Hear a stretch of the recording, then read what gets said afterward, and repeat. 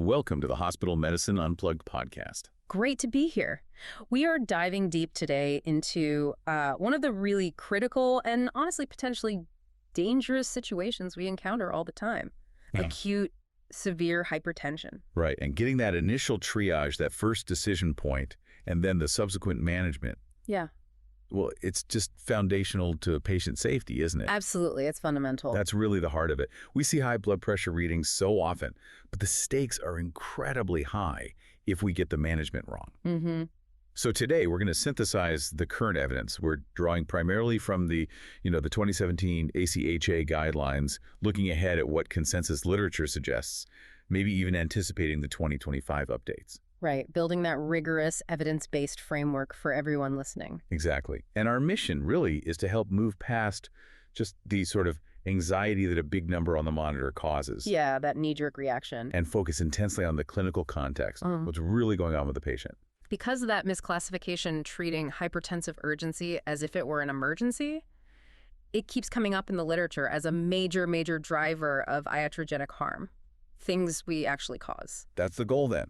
Provide that clear pathway for safe, individualized management grounded in evidence. Let's do it. Okay, so let's unpack this crucial distinction first.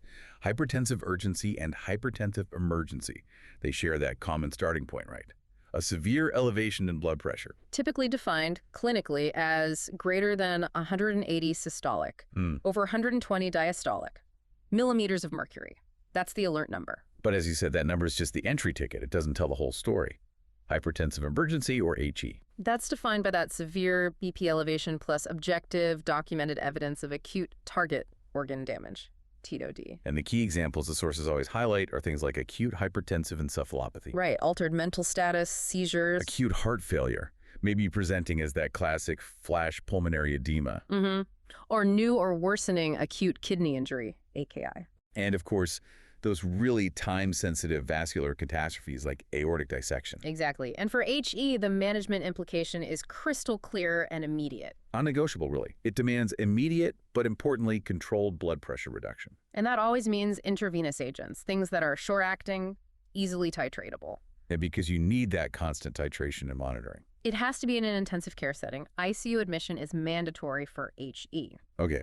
Now let's contrast that sharply with hypertensive urgency, HE. Same severe BP elevation, that 180, 120. But the critical difference. Zero evidence of acute target organ damage. None. These patients might be completely asymptomatic. We see that all the time. Or they might report something non-specific, a mild headache, maybe feeling a bit anxious, sometimes nosebleed, epistaxis. But no focal neuroscience, no signs of pulmonary edema, no acute changes on their labs suggesting kidney injury. And this is where, as clinicians, we really have to restrain that impulse to just drive the number down fast. Yeah. The ACHA guidelines, they couldn't be clearer on this for HU. Aggressive, rapid lowering, and especially using intravenous therapy. Explicitly discouraged. Strongly discouraged. The literature suggests it just doesn't provide any clinical benefit in this situation. And dramatically increases the risk of harm, actual harm. So the right management path for HCU is focusing on their oral medications. Reinstituting them, optimizing doses, maybe adding another agent. And ensuring close outpatient follow-up. Ideally, you manage this outside the acute care setting, if possible. Right. So to really understand why the management is so starkly different, we need to get into the pathophysiology a bit. It's all about vascular autoregulation. That's the key concept. The body's ability to maintain constant blood flow to vital organs despite fluctuations in the overall systemic pressure. So let's break down what happens in the blood vessels in each case. In hypertensive emergency. What's happening is that the rise in blood pressure, which is often dramatic and rapid, has just completely overwhelmed the body's natural autoregulatory capacity. Particularly in those organs that need a lot of blood flow normally and have low resistance, like the brain, the heart, the kidneys. Exactly. So when that autoregulatory threshold is breached, that dangerously high pressure gets transmitted directly down to the small vessels, the microvasculature. And that causes damage. Profound endothelial dysfunction.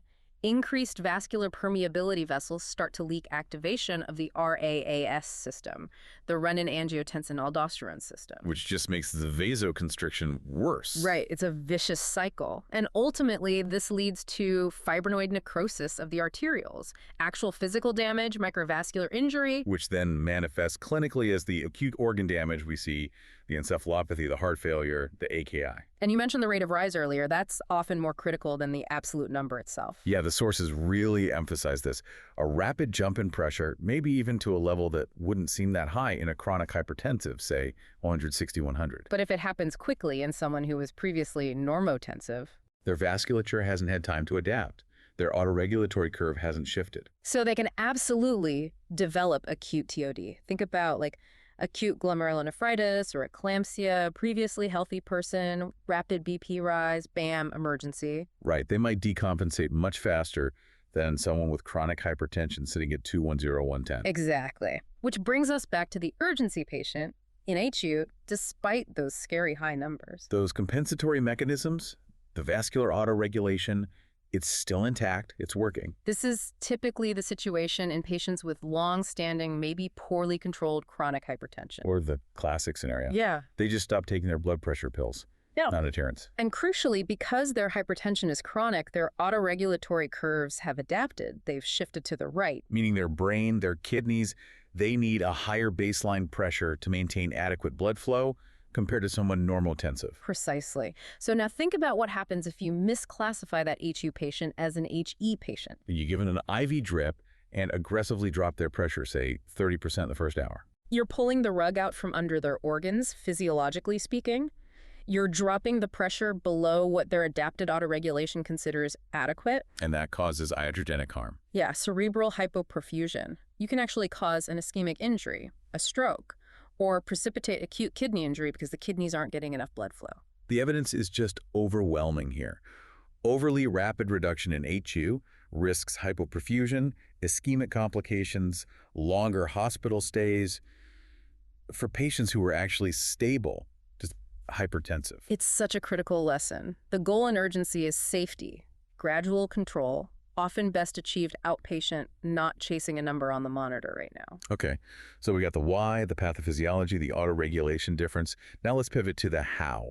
How do we clinically nail down the presence or absence of that critical target organ damage? All right, well, maybe let's touch on etiology first. What causes these severe BP spikes? Good point. Looking across the board, urgency or emergency, the single most common factor cited everywhere. Non-adherence. Patients not taking their prescribed antihypertensives. It really is the bedrock of most hypertensive urgency presentations. Definitely. But beyond non-adherence, we always need to look for acute triggers. Things like maybe a big salt load, dietary sodium indiscretion. Acute pain can drive BP way up, anxiety, panic attacks. Volume shifts, like if a patient gets a lot of IV fluids for another reason. And then the pharmacologic factors. We have to be detectives here. Over-the-counter stuff, prescription meds. Especially NSAIDs. Big culprits. They cause sodium retention, block protective prostaglandins. Other things like sympathomimetics, decongestants, stimulants. Illicit drugs, obviously cocaine, amphetamines. And even high-dose glucocorticoids can significantly raise blood pressure. And then you have the acute secondary causes. These often present as emergencies almost by definition because the underlying problem is the organ damage. Right, like acute stroke, ischemic or hemorrhagic. Acute decompensated heart failure. Acute glomerulonephritis, preeclampsia or eclampsia in pregnancy. And rarer things, but important to consider, pheochromocytoma, scleroderma, renal crisis. Okay, so knowing those potential causes helps. But the diagnostic pivot, the absolute critical step in the workup, is systematically assessing for that target organ damage, TOD. The AHA has that helpful mnemonic, right? BRRKH. Yeah, BRRKH. Brain, arteries, specifically thinking aortic dissection, retina, kidney, and heart. It forces you to think through the key systems. So let's walk through the focused history and exam using that. For the classic hypertensive urgency patient. Symptoms are nonspecific, if present at all. Headache, anxiety, maybe some dizziness, but the exam is reassuring. No focal neurological deficits. Lungs are clear, no rales, no S3 gallop suggesting heart failure. Cardiac exam is normal. Contrast that with the hypertensive emergency patient. Their symptoms usually point directly to the organ that's failing. Like sudden severe shortness of breath, crackles in the lungs, that's acute heart failure. Or that sudden tearing chest or back pain, maybe radiating. Think aortic dissection. Focal weakness, altered mental status, seizures that points to the brain, stroke, or encephalopathy. So the symptoms guide you. Then, key physical exam findings are crucial for that initial triage. The fundoscopic exam, technically very important. Looking for papilledema, flame hemorrhages, exudate signs of malignant hypertension. Also, clear signs of heart failure, listening for an S3, checking for JVD, listening for those rails. And in suspected dissection, carefully checking pulses, looking for asymmetry, and checking bilateral arm blood pressures. Right, looking for that 20 millimeter Hg difference, though its absence doesn't rule dissection out, unfortunately. But let's be real. In a busy ED or on a hectic hospital floor, getting a good, reliable, dilated fundoscopic exam. It's tough. Often impractical, sometimes impossible, especially if the patient is acutely agitated or ill. The literature acknowledges that. That's a really important practical point. While finding papilledema is basically diagnostic of an emergency. We can't let the inability to get a perfect retinal exam delay crucial decisions. So the workup has to pivot quickly to objective data, targeted labs, and imaging. Yes. This is how we confirm or refute TOD suspicion. Start with a basic metabolic panel looking for AKI, electrolyte shifts. Urinalysis is key, not just specific gravity, but looking for protein, blood, and especially casts, red cell casts, suggest glomerulonephritis or vasculitis. Absolutely. A 12-lead ECG is mandatory, looking for ischemia, strain patterns, arrhythmias. If there's any suspicion of acute coronary syndrome based on symptoms, or ECG, cardiac biomarkers, troponin. Chest X-ray, quick look for pulmonary edema, cardiomegaly, maybe a widened mediastinum suggesting dissection. And critically, any acute neurological symptoms, altered mental status, focal deficits, seizure. That demands urgent neuroimaging. Usually a non-contrast head CT, first to rule out hemorrhage, may be followed by MRI if stroke is suspected. Right. This objective data really helps bypass the limitations of the physical exam in these urgent situations. And it's this disciplined approach history, focused exam guided by BIR-KH, confirmed with objective labs and imaging that lets us reliably differentiate urgency from emergency. Prevents that misclassification and directs us down the right management path. Okay, so let's move into those management principles now. As we said, the distinction we just hammered out dictates two fundamentally different approaches. Driven entirely by the presence or absence of acute TOD and the resulting risk of iatrogenic harm if we overtreat urgency. Let's reiterate the path for hypertensive urgency. The mantra here is restraint. Avoid hospitalization just for the number. Avoid ED referral just for the number, unless there are other pressing clinical concerns. And this applies to hospitalized patients too. Someone admitted for, say, pneumonia, whose BP happens to be 101, 115, but they feel fine. The principle is the same. Resist that powerful urge to give aggressive or rapid BP-lowering meds, and absolutely avoid all intravenous therapy. The data just doesn't support it for urgency. It leads to more consults, longer stays, increased risk of things like AKI or falls, without any demonstrated improvement in long-term outcomes. So the real intervention is optimizing their home regimen, restarting meds, adjusting doses, maybe adding a second oral agent if appropriate, educating about adherence. And for that asymptomatic hospitalized patient, frequent monitoring, maybe every 4-6 hours, is reasonable. But explicitly avoid writing for as needed or PRN antihypertensives. Yeah, those PRN orders often lead to erratic BP swings, hypotension, and it's hard to track what's actually happening. Better to make a plan for adjusting the scheduled meds. Okay, now flip the coin. Hypertensive emergency. Management is completely different. Immediate, intensive, and rigorously controlled. That means ICU admission, no question. And the rate of reduction here is critical, based on protecting that altered autoregulation we discussed earlier, unless there's a specific compelling condition dictating faster reduction. The general rule, the safe initial target, is to reduce the systolic BP by no more than 25% within the first hour. A cautious start. Not normalization, just bring it down by about a quarter. Then, over the next 2 to 6 hours, the goal is to bring it down further, aiming for roughly 160 systolic over 100 to 110 diastolic. And only after reaching that intermediate target do we aim for more gradual reduction over the next 24 to 48 hours towards their likely baseline. That deliberate, slow pace is purely protective. We're trying to avoid pulling the pressure down too fast for their brain, kidneys, heart. Because overly aggressive lowering, especially in someone with chronic hypertension whose autoregulation is shifted, risks catastrophic hypoperfusion, ischemic stroke, AKI myocardial, stunning. The literature is pretty stark on this. Driving the systolic BP down too low, especially below that 100 to 120 range in the acute phase. It's independently associated with increased mortality in several HE scenarios. We have to be careful. And this need for meticulous minute-to-minute control dictates the choice of agents. Has to be intravenous, short-acting, easily titratable. The workhorses, the preferred agents we see recommended consistently, are nicardipine, clovidipine, and labetalol. Esmolol also has its place. Right. The choice among them depends a bit on the clinical scenario, which we'll get into, but they all share that rapid onset and short half-life. You can turn them up, turn them down, turn them off quickly based on the response. Which brings us to a key avoidance, hydralazine. Generally avoided as a first-line or primary agent in almost all HE scenarios. Eclampsia is maybe the main exception where it's still commonly used. And why the avoidance? It's unpredictable, its duration of action can be variable, and there's a real risk of causing excessive, uncontrolled drops in blood pressure, precipitous hypotension. Plus, as a direct vasodilator, it often causes significant reflex tachycardia. And sympathetic activation, which can be really detrimental if the patient has underlying coronary disease or, God forbid, an aortic dissection. Okay, so IV titratable agents.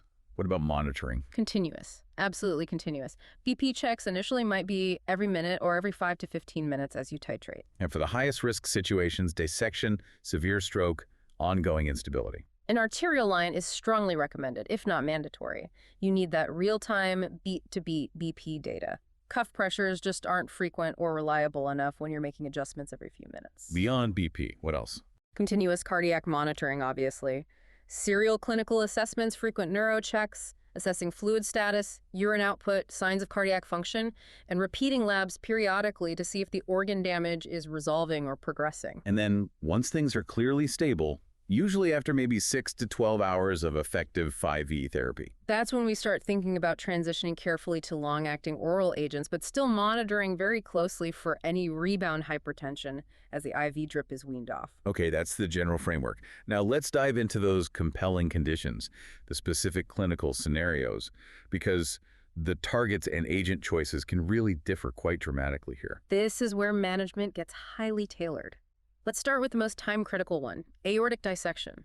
A true vascular emergency requires the most aggressive, immediate lowering. The targets are stark, systolic BP less than or equal to 120 millimeter Hg, and heart rate less than 60 beats per minute. And you need to achieve this ideally within 20 minutes of diagnosis. And the sequence of drugs is absolutely critical here. Beta blockade first, always. Usually intravenous esmolol or labetalol. High dose, aiming for that heart rate target.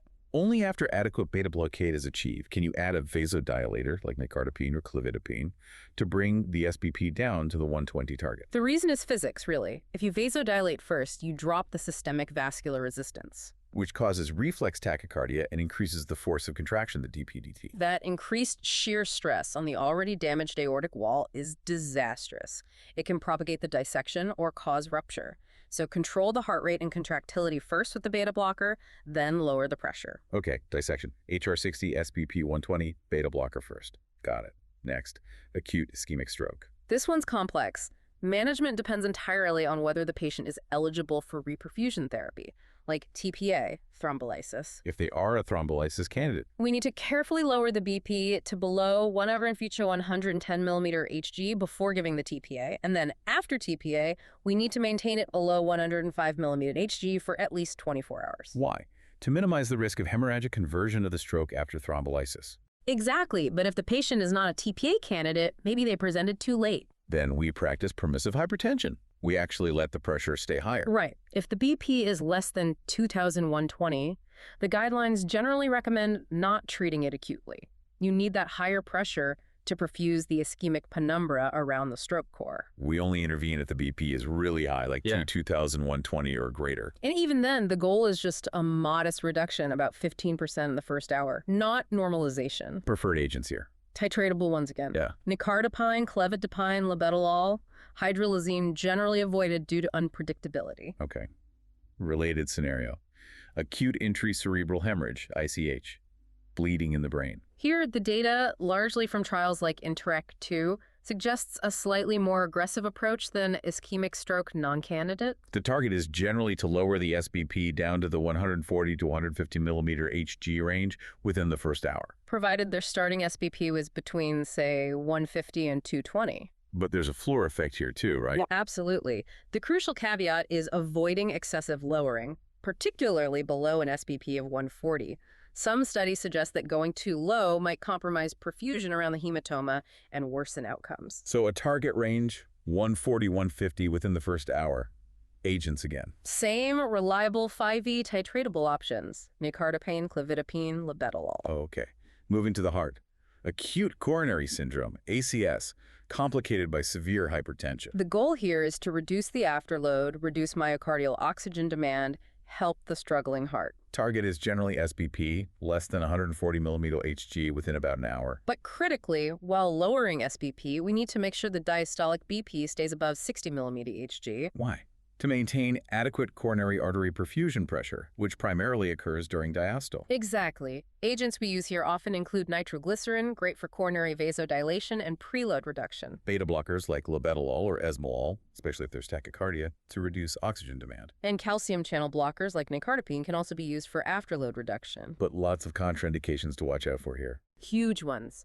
Beta blockers are absolutely out if the patient has acute heart failure, significant bradycardia, high-degree heart block, or active severe asthma bronchospasm. And nitrates are contraindicated if the patient recently used a PDE5 inhibitor, like sildenafil. Risk of profound hypotension. Right. Okay, how about acute pulmonary edema, that flash edema driven by severe hypertension? This requires really rapid afterload reduction. You need to take the pressure off the left ventricle quickly to let the lungs clear. So potent vasodilators are key. Clevidipine is often a great choice here. Ultra-short-acting, metabolized by plasma esterases, doesn't depend on kidney or liver function, which might be compromised. Nitroglycerin also works well. Nitroprusside is another option, though requires monitoring for cyanide toxicity with prolonged use. And loop diuretics like furosemide are almost always needed concurrently to pull off volume. What not to use here? Beta blockers. Absolutely contraindicated in acute decompensated heart failure as they decrease contractility. Got it. Shifting gears to OB emergencies, preeclampsia or eclampsia. Here, rapid BP lowering is primarily for maternal safety preventing stroke, primarily, and also seizure prophylaxis is key. The target BP is often debated, but generally aiming to keep SBP around 140-150 millimeter Hg is common practice. Agents of choice. This is where hydralazine often comes in first line due to long experience and perceived fetal safety profile. Labetalol is another mainstay. Nicardipine can be used. Even oral immediate-release nifedipine is an option. And the absolute no-nos in pregnancy. ACE inhibitors, ARBs, direct renin inhibitors, all teratogenic. Nitroprusside also generally avoided due to fetal cyanide risk. And crucially, magnesium sulfate is the standard of care given concurrently for seizure prevention or treatment in eclampsia. Not primarily for BP, but for seizure prophylaxis. Absolutely essential. Okay, last specific scenario, catecholamine excess states. Thinking pheochromocytoma crisis, or more commonly intoxication with sympathomimetics like cocaine, amphetamines, MDMA. The pathophysiology is overwhelming vasoconstriction from alpha-adrenergic stimulation. So you need powerful blockade of that. Right. Agents like clevidipine or nicardipine work. Phentolamine, a pure alpha blocker, is also an excellent choice if available. Benzodiazepines are also key here for sedation and reducing sympathetic outflow. And the critical warning. Avoid beta blockers alone. Never give a beta blocker without first establishing alpha blockade. Why? Unopposed alpha stimulation. Exactly. If you block the vasodilating beta-2 receptors while the alpha-1 receptors are still being hammered by catecholamines, the vasoconstriction gets worse. BP can skyrocket, paradoxically. It's incredibly dangerous.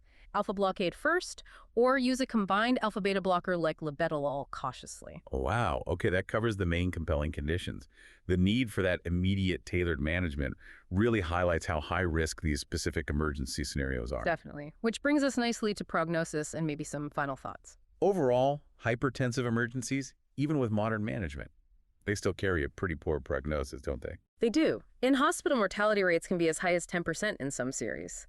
And looking out 1 year, the rates of major cardiovascular events or death could be 20%, even 30%. It's highly dependent on the specific scenario, of course. Right.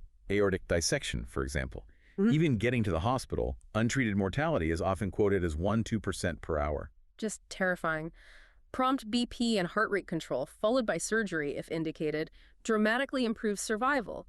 But these patients face lifelong risks of aortic complications. Intracerebral hemorrhage, as we mentioned, remains devastating. 30-day mortality in severe cases is often over 40%. And while controlling BP early, down to that 140-150 range, might limit how much the bleed expands and potentially improve functional outcomes slightly.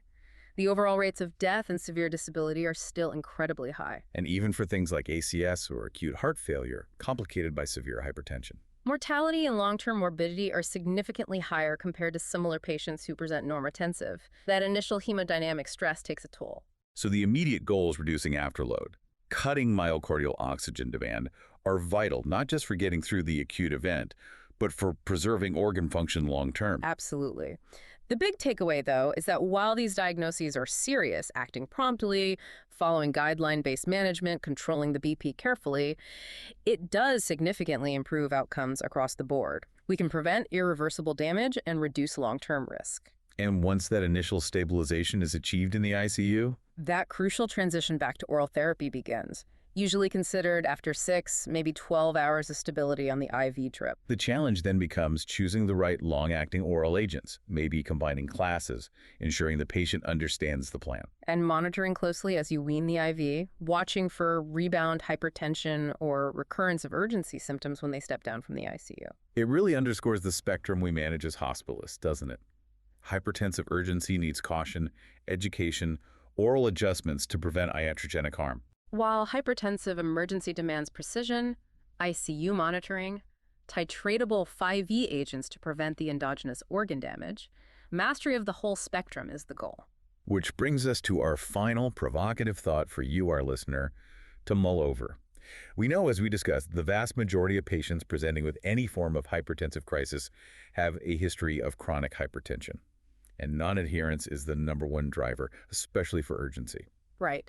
So given the clear risks of rapidly lowering BP inpatient for those urgency patients who are often the bulk of folks presenting with really high numbers but no TOD. How do we effectively integrate aggressive behavioral strategies?